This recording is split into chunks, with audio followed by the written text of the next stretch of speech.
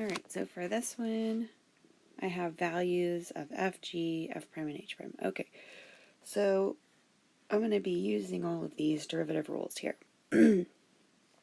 So I'm given this for h of x here. And so let's go ahead and take the derivative. So h prime of x is going to be what? I'm going to have to use the product rule because I have a product of this thing times that thing. So I'm going to use the product rule. So I'll do the derivative of the first times the second plus the first times the derivative of the second. Okay, so this is g of 2x. Alright, now I just need to fill in the derivatives here. Okay, so what is the derivative of g of 2x? Well, it's going to be, I'm going to have to use chain rule because I can see that it's a composite function.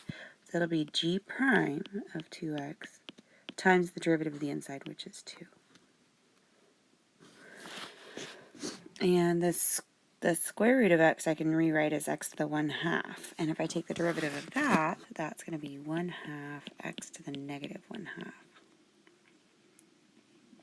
Alright, so now I just need to figure out what all of that is when I evaluate it at 4. So h prime of 4 is going to be g prime of 2 times 4 times 2. And then we have times the square root of 4 plus g of 2 times 4.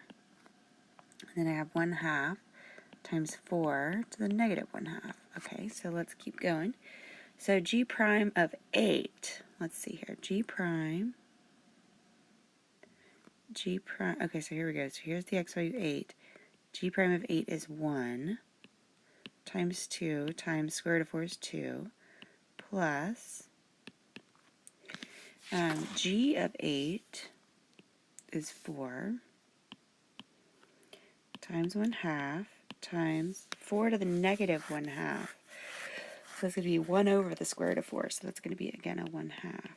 And so what am I left with? I've got 1 times 2 times 2. That's 4 plus 4 times 1/2 times 1/2. That's going to be 4 times 4/2, which is 1. So the final answer is 5 there. All right. Now if j is f of g of x over x, then j prime of 1. Okay, so we're going to need to do the quotient rule here. So j prime of x is going to be, I like to kind of go ahead and write out my whole skeleton for the chain. So I've got something on the bottom squared, low d high minus high d low, square the bottom, and off you go. There we go. So the bottom is easy. I can fill that in with an x. And then the bottom part is, again, x. Then I want to take the derivative of the top. So I'm going to use the chain rule. I'll get f prime of g of x times g prime of x. Didn't leave enough space there. Minus, then I leave the top alone. And then times the derivative of the bottom, which is 1. Okay, so let's see if we can evaluate that. Okay, so I want to do that when j prime of 1. So I'm going to plug in 1 for all the x's. So I have 1 times f prime of g of 1 times g prime of 1 minus f of g of 1 times 1 over 1 squared. Okay, well the bottom's just 1, so I don't have to write that over 1 every time. Okay, what is g prime of 1? G of 1. G of 1, oh, switched arms. G of 1 is 4. Okay, so I can plug that in. So I'll have f prime of 4 now. And what's g prime of 1? G prime of 1 is 0. Okay. Well, if I multiply that by 0, sorry, let's just do a dot for times 0. That's just going to be 0. What is f of, and then g of 1 is 4. And alright, so then I'll have this guy's going to be 0 minus, and then what's f of 4? F of 4 is negative 5. So the answer we get is 5. Okay. Then if s is equal to arc sine of f, then s prime of 8. Okay, so do you remember what the derivative of arc sine is?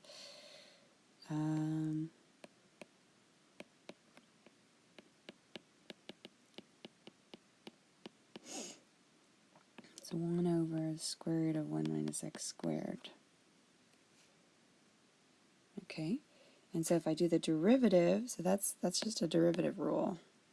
So you probably have those memorized or something. Then s prime of x will be 1 over square root of 1 minus. Now what is it that's on the inside of this? It's a function, f of x. So I'm going to have to use the chain rule. So the inside part, we're just going to leave it alone. So we're just going to call it f of x here. Then I'm going to multiply by f prime. Okay, so I want to plug in 8 for that. 1 over square root of 1 minus f of 8 squared times f prime of 8. Alright, so I can find those two values from my table. So what is f of 8? F of 8 is 0. So I'll have 1 over square root of 1 minus 0 squared times f prime of 8 is negative 2. So I get 1 over square root of 1 times negative 2, which is just negative 2.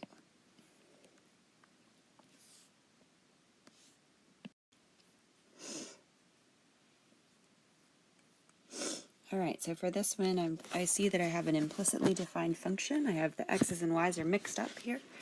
And so I need to take the derivative implicitly of both sides with respect to x. So I'll just write d dx.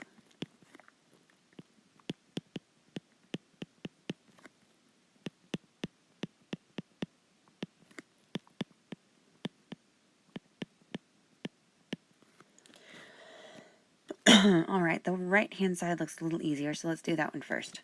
So 3y squared times dy dx.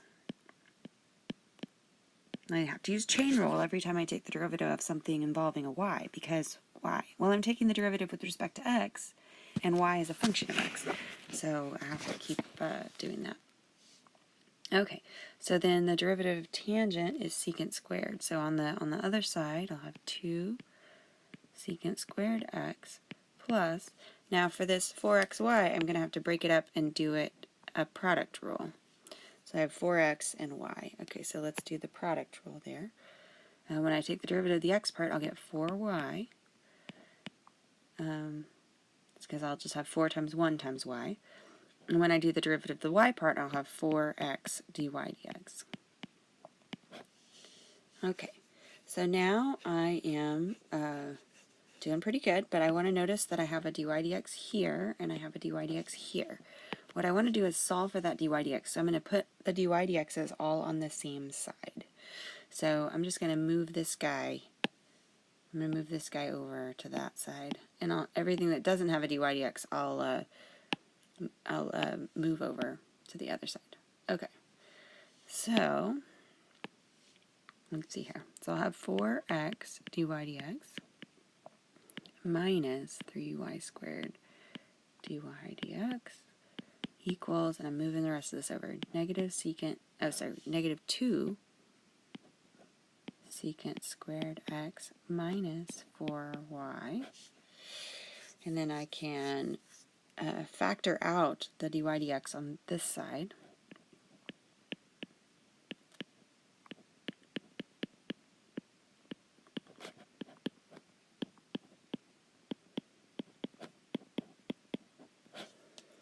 Okay, and then I can divide by that stuff to solve for dy dx.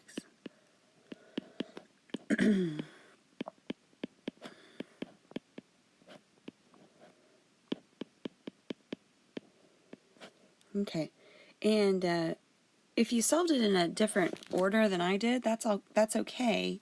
You may have ended up with the same answer, except all the signs are switched. And that's the same thing, really, because if you multiply the top and bottom by -1, you can also get this thing, 2 secant squared x plus 4y over -4x plus 3y squared. And those are equivalent answers. So if you just multiply top and bottom by -1, you'd get the other one. So if you got this blue answer, that's also correct.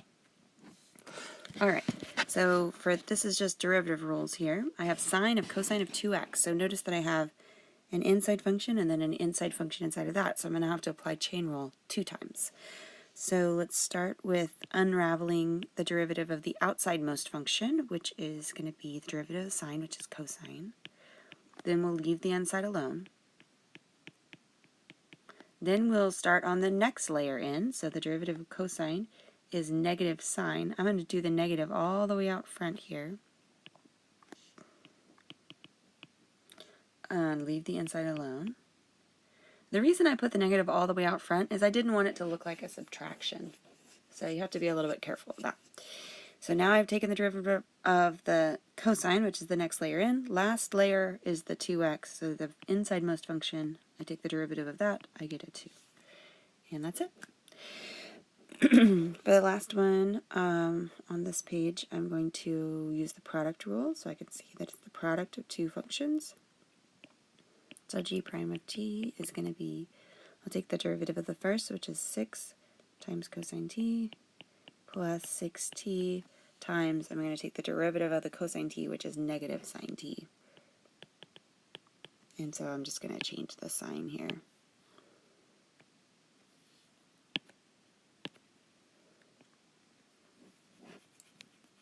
And that's it.